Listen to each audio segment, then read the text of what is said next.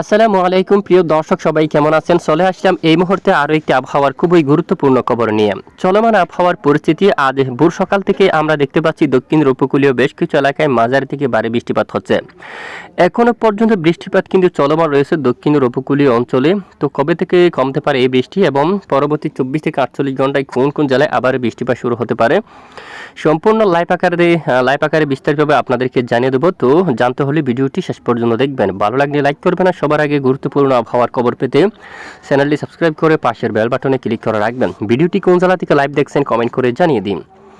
Satellite ইমেজের উপর দেখুন, আজ ভোর সকাল থেকে খুলনা বিভাগের দক্ষিণের অনেক অঞ্চলে হালকা মাঝারি বৃষ্টিপাত দেখা গেছে। এখনও পর্যন্ত পিরোজপুর, কলাপাড়া, বিকেল নাগাদ অলরেডি পতরঘাটা, মঠবাড়ি এখানে মাঝারি থেকে ভারী বৃষ্টিপাত চলমান রয়েছে।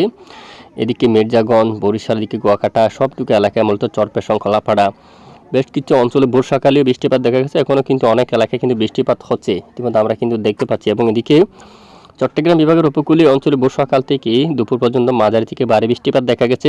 কিছু কিছু এলাকায় হালকা, কিছু কিছু এলাকায় মাঝারি থেকে ভারী।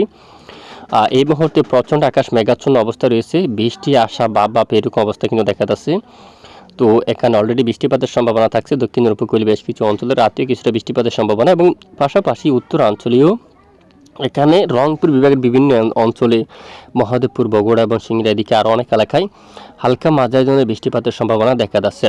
এই মুহূর্তে আমরা চলে যাব বৃষ্টিবাহী মোড়ে। পরবর্তী 24 ঘন্টায় কোন কোন জেলায় বৃষ্টিপাত থাকতে পারে তার সংক্ষিপ্ত আকার আপনাদেরকে দেখিয়ে দেব।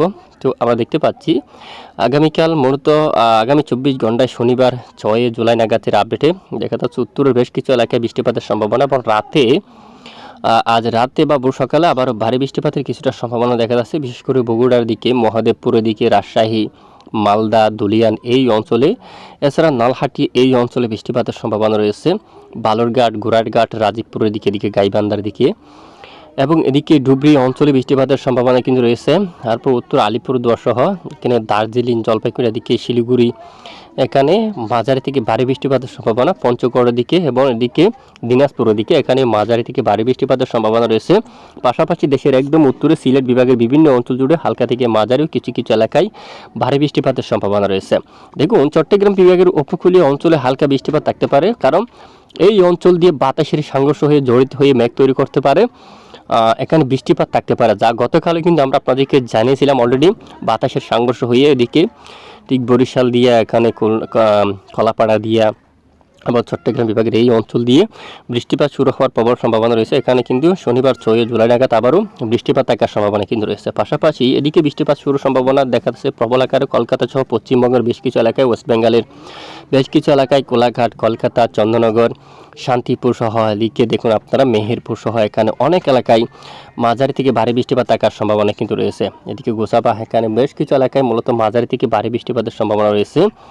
উত্তর 24 পরগনা, দক্ষিণ 24 পরগনা, কলকাতা, মেদিনীপুর, এখানে নদিয়া, মুর্শিদাবাদ এদিকে অনেক এলাকায় মাঝারি থেকে ভারী বৃষ্টিপাত। 6 জুলাই নাগাদ দেশের পশ্চিমের অনেক এলাকায় হালকা মাঝারি বজ্রসহ বৃষ্টিপাত থাকতে পারে।